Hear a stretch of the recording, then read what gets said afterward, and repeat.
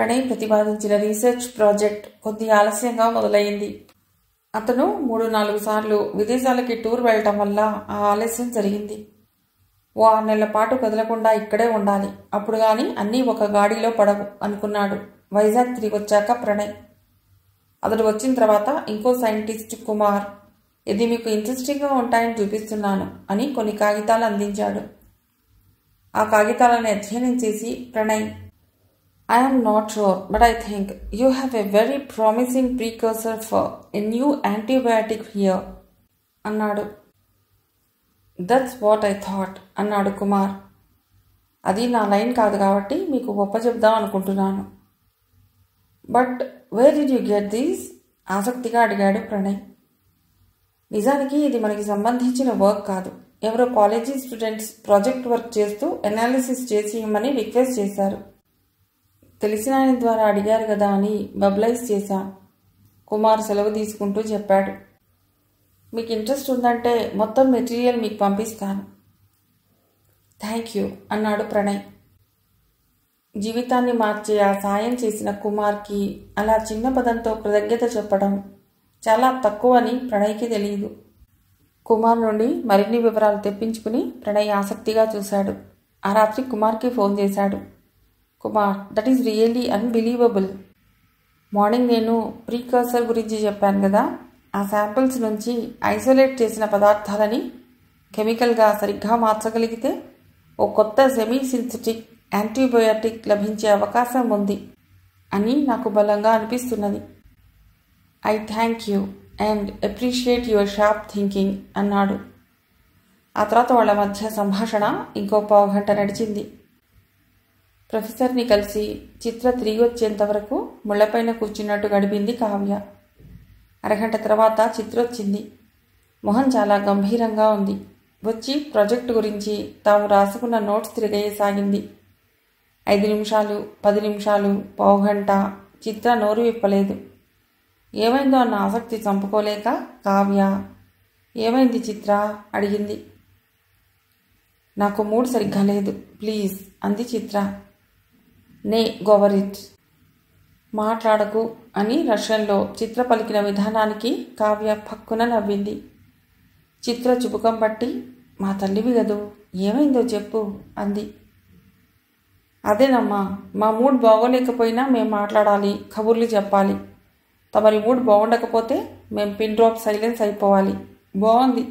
చిత్ర మూతి ముడిచింది. ఇంకోసారి మూడ్ బాగోలేదని నేను అనను, సరేనా? ఏమైంది? అలా అన్నావని చెప్తున్నాను. విని మూడ్ మారింది అని అనకూడదు, ఓకే? ఆఫీస్లో చిత్ర వాక్యం పూర్తి చేయలేదు. కావ్య మొహం కళదప్పింది. అది గమనించిన చిత్ర ఆగకుండా కొనసాగించింది. నువ్వు ఏటీఎం దగ్గర ఆ రోజు ఆగకపోతే ఇది జరిగేది కాదు. ఇంకోసారి శాంపుల్స్ సేకరించాలని మనం అడిగినప్పుడు ఏజెన్సీ వాళ్ళు మర్నాడే శాంపుల్స్ కలెక్ట్ చేసినా ఇది జరిగేదే కాదు. వాళ్ళు వేరే ట్రైనింగ్ ప్రోగ్రాం గురించి డీప్ సీలోకి ఇంకో డైరెక్షన్లో వెళ్ళటం వల్ల ఇది జరిగింది. ఇది జరగటానికి ఆ లెక్కన ఏటీఎం దగ్గర కారు ఆపమన్న నువ్వే కారణం. ఆ ముక్క నేను ఎప్పుడో చెప్పాను. ఇంతకీ కొత్తగా ఏం జరిగింది? కావ్య చిరాగ్గా అడిగింది. మామూలుగా అయితే మనం ఫలానా విధంగా ఐసోలేషన్ క్యారెక్టరైజేషన్ చేశాం. ఇది ముందు ముందు ఎంతో ఉపయోగించవచ్చు అని రాసి ప్రాజెక్ట్ రిపోర్ట్ ముగిస్తాం. ఆ తర్వాత ఆ రిపోర్ట్లు ఎవరూ ముట్టుకోరు. అమ్మయ్యా, ప్రాజెక్ట్ చేసేసాం అని సంకలు గుద్దుకుని మనం పిజ్జా హౌస్కి వెళ్ళి పిజ్జా తిని కోక్ తాగి ఇంటికి వెళ్ళిపోయేవాళ్ళం. మన రిపోర్ట్లు దుమ్ము కలెక్ట్ చేస్తూ అల్మరాలో అలా ఉండిపోయేవి.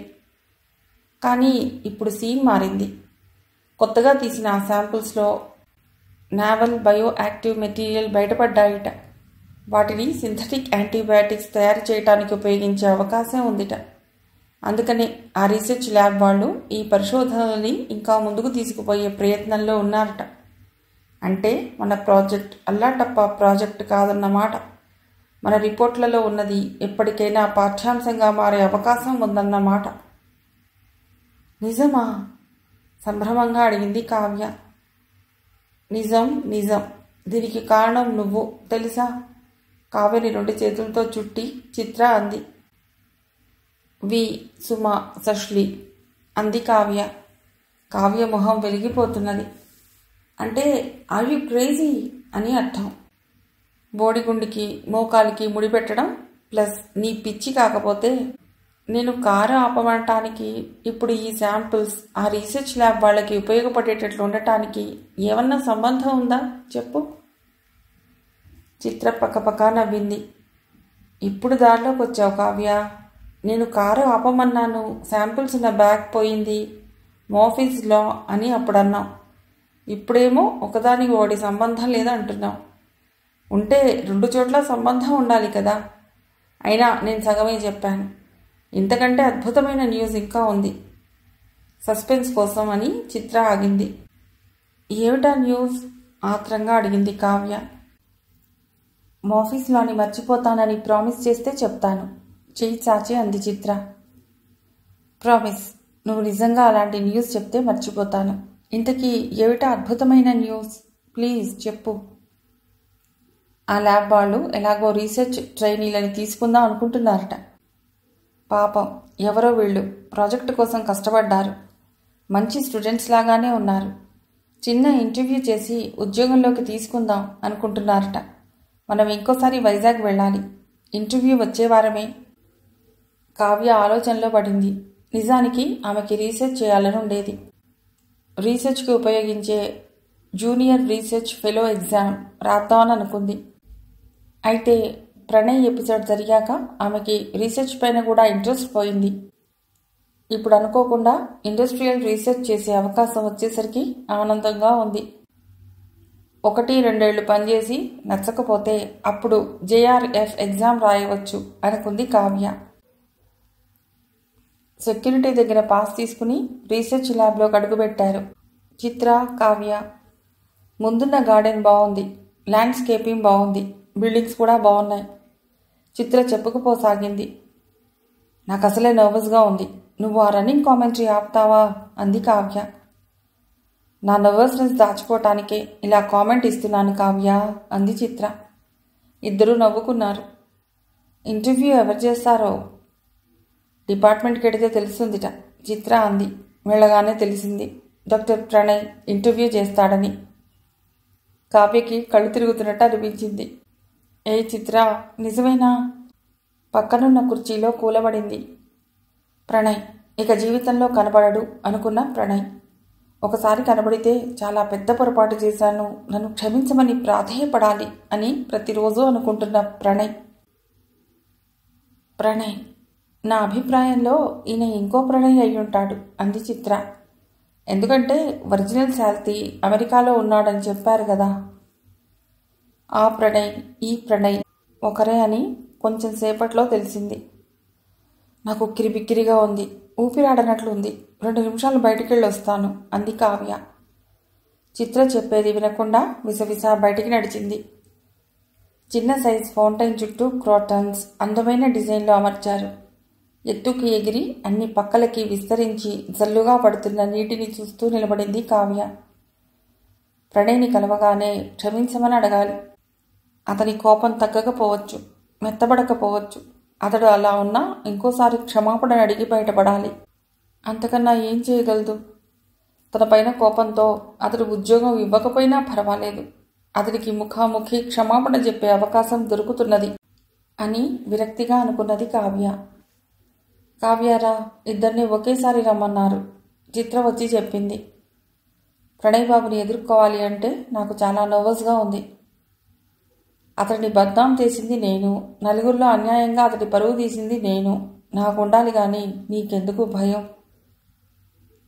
అతడి షూస్ చూసి నేను ఏ లెవెల్లో నవ్వానో మర్చిపోయావా? అది అతడికి ఇప్పుడు గుర్తుకి రాదా? ఈ పోకిరి అమ్మాయి రీసెర్చ్ ఏం చేస్తుంది అనుకుని యు ఆర్ నాట్ సెలెక్టెడ్ అంటాడని నాకు భయంగా ఉంది చిత్ర చెప్పింది. పాపం మొన్ననే కాలేజీ నుండి బయటికి వచ్చి ఉంటారు. వాళ్ళకి నర్వస్గా ఉంటుంది. అందుకని క్యాంటీన్లో ఆ స్టూడెంట్స్తో ఇంటర్వ్యూ తీసుకుంటే రిలాక్స్ అవుతారనుకున్నాడు ప్రణయ్ క్యాంటీన్లో కూర్చుంటూ. సాధారణంగా ఆ సమయంలో ఎవరూ క్యాంటీన్లో ఉండరు. చేతిలో ఉన్న కాగితాల వంక చూశాడు. పేర్లు చిత్ర, కావ్య అట.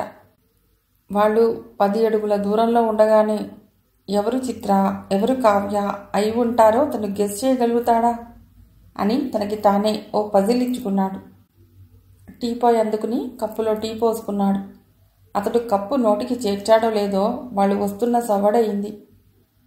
నిమిషం తర్వాత చిత్ర, కావ్య క్యాంటీన్లోకి అడుగుపెట్టారు. వాళ్ళు ఇంకొంచెం దగ్గరయ్యాక గాని ప్రణయ్ కావ్యని గుర్తుపట్టలేదు. వస్తున్నది కావ్య అని గ్రహించగానే అతని గుండె మధ్యకి చీలి పెరిగి ఊపిరితిత్తుల రూపంలోకి మారినట్లు, ఊపిరితిత్తులు కుంచుకుపోయి గుండె ఆకారంలోకి మారినట్లు అయి గాలి ఆడలేదు. శరీరంలో రక్తం సరిగ్గా ప్రవహించనట్లు గుటకలు మింగుతూ ఉండిపోయాడు. చెయ్యి వణకడంతో కప్పులో నెట్టి ఫ్లోర్పై చిందుతూ చిత్రమైన డిజైన్లు సృష్టించసాగింది. ఇంకో చేతిలో ఉన్న కాగితాలు అతడి నర్వస్నెస్ని ప్రతిఫలిస్తున్నట్లు ఒక్కొక్కటి కింద పడసాగాయి. అప్పటికి కావ్య చాలా వరకు ధైర్యం తెచ్చుకుంది. చాలామంది సినిమా హీరోయిన్లు సీనియర్ల పేర్ల తర్వాత సార్ అని చేర్చి బోధించడం కావ్య విన్నది. అలాగే తను కూడా, doctor Pranay sir, I did a terrible thing. మీరు జీవనని పొరపట్టం నా జీవితంలో నేను చేసిన అతిపెద్ద తప్పు, నన్ను క్షమించండి అనాలని రిహార్సల్స్ వేసుకుంది. ప్రణయ్కి 12 అడుగుల దూరంలో ఉన్నప్పుడు ఆ వాక్యాలు ఇంకోసారి రిపీట్ చేసుకుంది. డైలాగ్ డెలివరీ సంతృప్తికరంగా ఉంది అనుకుంది. 8 అడుగుల దూరం వచ్చేసరికి ప్రణయ్ స్పష్టంగా కనబడ్డాడు. అతడు వణకటం చూసి కోపంతో ఆవేశంతో ఊగిపోతున్నాడనుకుంది కావ్య. దాంతో భయపడింది. చటుక్కున వెనక్కి తిరిగి పారిపోతే ఎలా ఉంటుంది అన్న ఆలోచన కలిగింది కావ్యకి. 4 అడుగుల దూరానికి వచ్చాక చిత్ర, గుడ్ మార్నింగ్ సార్ అంది. ఇదే డైలాగ్ ఒప్పచెప్పేందుకు సమయం అనుకుని, Jeevan sir, I did a terrible thing అంటూ ఆగిపోయింది కావ్య. ప్రణయ్ తెల్లబోయాడు. ఇంకో పొరపాటు చేశాను, ఇహ నన్ను ప్రణయ్ జన్మకి క్షమించడు అనుకున్న కావ్య బిత్తరబోయింది. అందరిలోకి చిత్ర ముందుగా తేరుకుంది. ఏ కావ్య, నీకు మతిపోయిందా అంది. చప్పున ప్రణయ్ వంక తిరిగి, డాక్టర్ ప్రణయ్, మిమ్మల్ని జీవన్గా పొరపడ్డం తన జీవితంలో చేసిన అత్యంత ఘోరమైన తప్పు. కావ్య కుమిలిపోని రోజు లేదు. ఈరోజు మిమ్మల్ని చూసిన కంగారులో ఇలా తడబడుతున్నది. ప్లీజ్ మమ్మల్ని క్షమించండి అంది. చిత్రవంక కృతజ్ఞతాపూర్వకంగా చూసి ఆమె భుజం ఆసరాగా పట్టుకుంది కావ్య. కూర్చోండి అన్నాడు ప్రణయ్ గొంతు పెకిల్చుకుని. చిత్ర, కావ్య అతడెదురుగా కూర్చున్నారు. కింద పడ్డ కాగితాలు అతడు తీస్తుంటే కావ్య కూడా 2 ఏరి అతడికి అందించింది. కాగితాలతో పాటు ఆమె చేయిని పట్టుకుని ఆమెని దగ్గరగా లాక్కోవాలన్న భావనని కంట్రోల్ చేసుకోవటానికి ప్రణయ్ చాలా కష్టపడ్డాడు. అతడికి ఇంకా గందరగోళంగా ఉంది.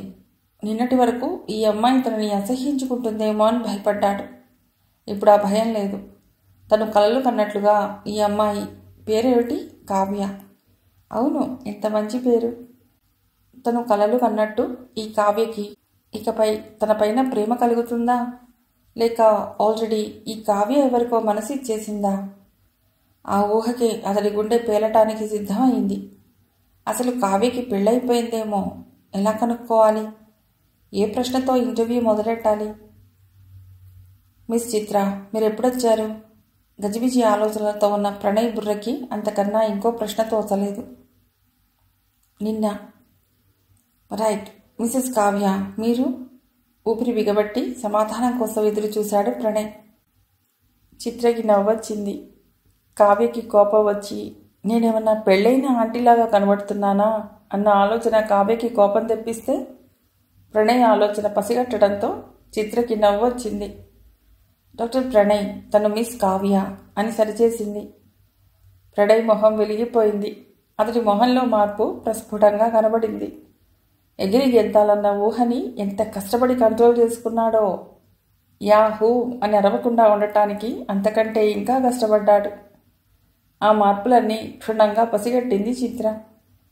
ఏ ఉద్దేశంతో మిసెస్ కావ్య అని ప్రణయ్ అన్నాడో ఇంటికెళ్ళాక కావ్యకి చెప్పి ఆమె కోపం పోగొట్టాలి అనుకుంది. Miss Kavya, I must congratulate both of you. Pranay ఆగాడు. అతడి మాటలు కావ్య కోపాన్ని తగ్గించలేకపోయాయి. ఇంకా మొహం ముడుచుకునే ఉంది. ఏం చేసి ఈ అమ్మాయి పెదవులపైన చిరునవ్వు తెప్పించాలి అన్న ఆలోచనతో ప్రణయ్ సతమతమయ్యాడు. ప్రణయ్ నించున్నాడు. చిత్ర, కావ్య కూడా లేవబోయారు. నో, మీరు కూర్చోండి అంటూ ప్రణయ్ పచార్లు మొదలెట్టాడు. మార్బుల్ ఫ్లోర్ పైన అతడి బూట్లు సన్నగా శబ్దం చేయసాగాయి. బూట్లు అతడికి స్ఫురించింది. వెనక్కి తిరిగి వెళ్ళి కూర్చున్నాడు. మీకు థ్యాంక్స్ చెప్పడం మర్చిపోయాను. ఆ రోజు హడావుడిలో అడ్డదిడ్డంగా షూస్ వేసుకుని పెళ్ళికొచ్చాను. You saved me from very embarrassing situation. సాధారణంగా నేను అలా చేయను. ఇప్పుడు చూడండి, 2 బ్లాక్ షూసే అన్నాడు ప్రణయ్. కిందకి చూసి పక్కన నవ్వింది కావ్య. ప్రణయ్ వేసుకున్నవి బ్రౌన్ షూస్. కావ్యకి ఇంకా పెళ్లి కాలేదన్న సంగతి ప్రణయ్కి కలిగించిన సంతోషం అంతా ఇంటా కాదు. ఇహ తను అందుకోవలసిన గోల్ ఇంకొకటి ఉందనుకున్నాడు. ఆ అమ్మాయి మనసు గెలుచుకోవటం అన్నది తక్షణ కర్తవ్యం. కొన్ని రోజుల పాటు ప్రణయ్ ఆలోచనలన్నీ కావ్య మనసు ఎలా గెలుచుకోవాలా అన్న అంశం చుట్టూ తిరిగాయి. ల్యాబ్ వ్యవహారాలు, చేయవలసిన ప్రాజెక్టు పనులు అన్నీ మర్చిపోయాడు. ఓ రోజున కావ్య పాలమిగడ లాంటి తెల్లటి చుడిదార్ డ్రెస్లో ల్యాబ్లోకి వచ్చింది. ప్రణయ్ కళ్ళు తిప్పుకోలేకపోయాడు. అతడికి మతి పోయింది. చిత్ర, కావ్యలకి నిజానికి ఆ రోజున ఏం చేయాలో అతడు వివరించాలి. కానీ కావ్యని అంత దగ్గరగా, అందులోనూ అంత ఆకర్షణీయమైన డ్రెస్లో చూస్తుంటే అతడి మాటలు తడబడ్డాయి. బుర్రలో ఉన్న సైన్స్ అంతా డాల్ఫిన్ నోస్ ఎక్కేసినట్లయింది. కొన్ని రోజులుగా అతడిని సతాయిస్తున్న ప్రశ్న, ఎలా ఈ అమ్మాయి మనసు గెలుచుకోవటం? ఎలా? కావ్య మనసు గెలుచుకుని ఈ అందాన్ని తన చేతుల మధ్య బంధించే శుభగడియ ఎప్పుడొస్తుంది? అలా బంధించి ఆ సుందర వదనాన్ని ఇంకా దగ్గరగా చూసే అదృష్టం ఎప్పుడు కలుగుతుంది? అలా చూస్తూ ఆ నల్లని కళ్ళల్లో ఉన్న రహస్యాలని శోధించే భాగ్యం కోసం తను ఏం చేయాలి? 5 నిమిషాల తర్వాత ప్రణయ్కి తెలిసిపోయింది. ల్యాబ్లో ఓ బాధ్యతాయుత సైంటిస్ట్గా పనిచేయటంలో తను ఘోరంగా విఫలమవుతున్నాడు. యంగ్ సైంటిస్ట్ అవార్డు అందుకున్న ఈ అబ్బాయి చిన్న చిన్న విషయాలు వ్యక్తీకరించడానికి ఇంతగా తత్తరపడుతున్నాడేమిటా అన్న సంభ్రమం కావ్యకి, చిత్రకి కలుగుతున్నదని అతడు గ్రహించాడు. నో నో అనుకుంటూ ప్రణయ్ తేరుకున్నాడు. ఇప్పుడు తను హుందాగా ఉండాలి. తన ప్రవర్తన చవకబారుతనానికి దిగజారకుండా జాగ్రత్త పడాలి. అంతవరకు కావ్య అని, నువ్వు అని పిలిచిన ప్రణయ్ సంబోధన మార్చాడు. మిస్ కావ్య, మీరు లైబ్రరీకి వెళ్ళి ఈ ఇన్ఫర్మేషన్ కలెక్ట్ చేసుకుని వస్తారా అంటూ కొన్ని కాగితాలు అందించాడు. కావ్య వెళ్ళాక ప్రణయ్లో అనూహ్యమైన మార్పు వచ్చింది. మంచి టీచర్గా మారిపోయి చిత్రకి తరువాతి నెల రోజుల్లో ఎలా పనిచేయాలో చక్కగా వివరించాడు. చిత్ర బాగా ఇంప్రెస్ అయ్యింది. ప్రణయ్ ఎంత బాగా ఎక్స్ప్లెయిన్ చేస్తాడో తెలుసా?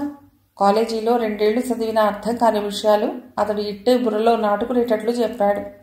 అంది లంచ్ టైంలో కావ్యతో. ఇంకో 2 వారాలు గడిచాయి. తాతయ్య ఇంటి నుండి ల్యాబ్కి చాలా దూరమని దగ్గరగా ఉన్న ఇంటికి మారారు కావ్య, చిత్ర. ల్యాబ్లో చేరాక ఏమైందా అని కావ్య సమీక్షిస్తే తను లైబ్రరీలో ఎక్కువ సమయం గడుపుతున్నది. ప్రణయ్ ఏం చెప్పాలన్నా చిత్ర ద్వారా చెప్తున్నాడు అని అర్థమైంది కావ్యకి. ప్రణయ్ వివరించిన విషయాలు చిత్ర ద్వారా సెకండ్ హ్యాండ్గా అందుకోవటం కావ్యకి చాలా అసంతృప్తిని కలిగించసాగింది. ఇంకో వారం ఓపిక పట్టింది. అయినా ప్రణయ్ తీరులో మార్పు లేదు. ప్రణయ్ తనని నిర్లక్ష్యం చేస్తున్నాడా అన్న అనుమానం కావ్యలో రోజు రోజుకి పెరగసాగింది. ఈ రోజున తాడో పేడో తేల్చుకోవాలి అన్న నిర్ణయానికి వచ్చింది కావ్య. ప్రణయ్ ఒంటరిగా ఉన్నాడని తెలుసుకుని చరచరా అతని క్యాబిన్లోకి వెళ్ళింది. Doctor Pranay, I have a complaint sir అంది ఉపోద్ఘాతం లేకుండా. I have many complaints Kavya అనుకున్నాడు ప్రణయ్. కోపంలో కూడా నువ్వు ఇంత అందంగా ఉంటావెందుకు? నీ కోపాన్ని చున్నీ అంత అందంగా యాంప్లిఫై చేస్తుందెందుకు? నీ చున్నీ ప్రకంపనలు నా గుండెల్లో రిక్టర్ స్కేల్తో 9.9 లెవెల్లో ప్రకంపనలు సృష్టించడంతో నా మతి పూర్తిగా నా వశం తప్పుతున్నది అని నీకెలా చెప్పాలి? తన వంక బ్లాంక్గా చూస్తూ నిలబడ్డ ప్రణయ్ని ఆ కంప్లైంట్ ఏంటో అడగడే అని మనసులోనే విసుక్కుంది కావ్య. ఇక లాభం లేదని ఐఎమ్ కంప్లీట్లీ ఇగ్నోర్డ్. ముఖ్యమైన విషయాలన్నీ చిత్రతోనే డిస్కస్ చేస్తున్నారు. మేము చేయవలసిన పని గురించి కూడా ఆమె ద్వారానే నాకు తెలుస్తున్నది. అవును అన్నాడు ప్రణయ్ క్లుప్తంగా. మీరు వివరిస్తుంటే చాలా కొత్త విషయాలు అవగతం అవుతున్నాయని చిత్ర అంటున్నది. నాకు అలాంటి అవకాశం ఎందుకో రావటం లేదు. అది అన్యాయం కాదా? ప్రణయ్కి ధైర్యం వచ్చింది. ఇదే తగిన సమయం. అది అన్యాయం నాకు తెలుసు. కానీ తెలిసి ఎందుకు చేశానో చెప్పనా? దానికి నువ్వే కారణం. కావ్య అదిరిపడింది. నేనేం చేశాను? ఏం చేయలేదు. నా ఎదురుగా నువ్వు ఇంత అట్రాక్టివ్గా ఉంటే నా మీద నాకే కంట్రోల్ పోతున్నది. నా మతి పోతున్నది. కావ్య విస్తుపోయింది. వర్క్ ప్లేస్లో సహోద్యోగులు ఎలా ప్రవర్తించాలో కొన్ని నియమాలు ఉంటాయి కావ్య. అందుకనే మిగిలిన విషయాలు, నా మనసులో ఉన్న సంగతులు ఇప్పుడు చెప్పటం లేదు. సాయంకాలం బీచ్లో ఐస్ క్రీం పార్లర్ దగ్గర కలిస్తే అన్ని సంగతులు వివరిస్తాను అన్నాడు ప్రణయ్. అతడి మాటలు ఆమె మెదడులోకి చేరటానికి ఎక్కువ సమయం పట్టలేదు. కానీ ఆ మాటల భావం సరిగ్గా ఇంకటానికి కొన్ని క్షణాలు పట్టింది. మనోజ్ఞంగా సిగ్గుపడింది కావ్య. లజ్జాభారం ఆమెని కదలనీయటం లేదు. ఎర్రబడ్డ కావ్య వదనాన్ని మురిపెంగా చూస్తూ ఉండిపోయాడు ప్రణయ్.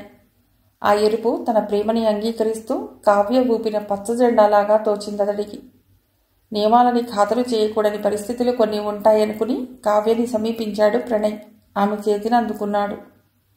క్షణమో నిమిషమో పావుగంటో ఎంత సమయం గడిచిందో ఇద్దరికీ స్పృహ లేదు. విడివడాలని లేకపోయినా అయిష్టంగానే ఇద్దరూ దూరమయ్యారు. సాయంకాలం బీచ్ గుర్తు చేశాడు ప్రణయ్. మిగిలిన కథ తర్వాతి భాగంలో.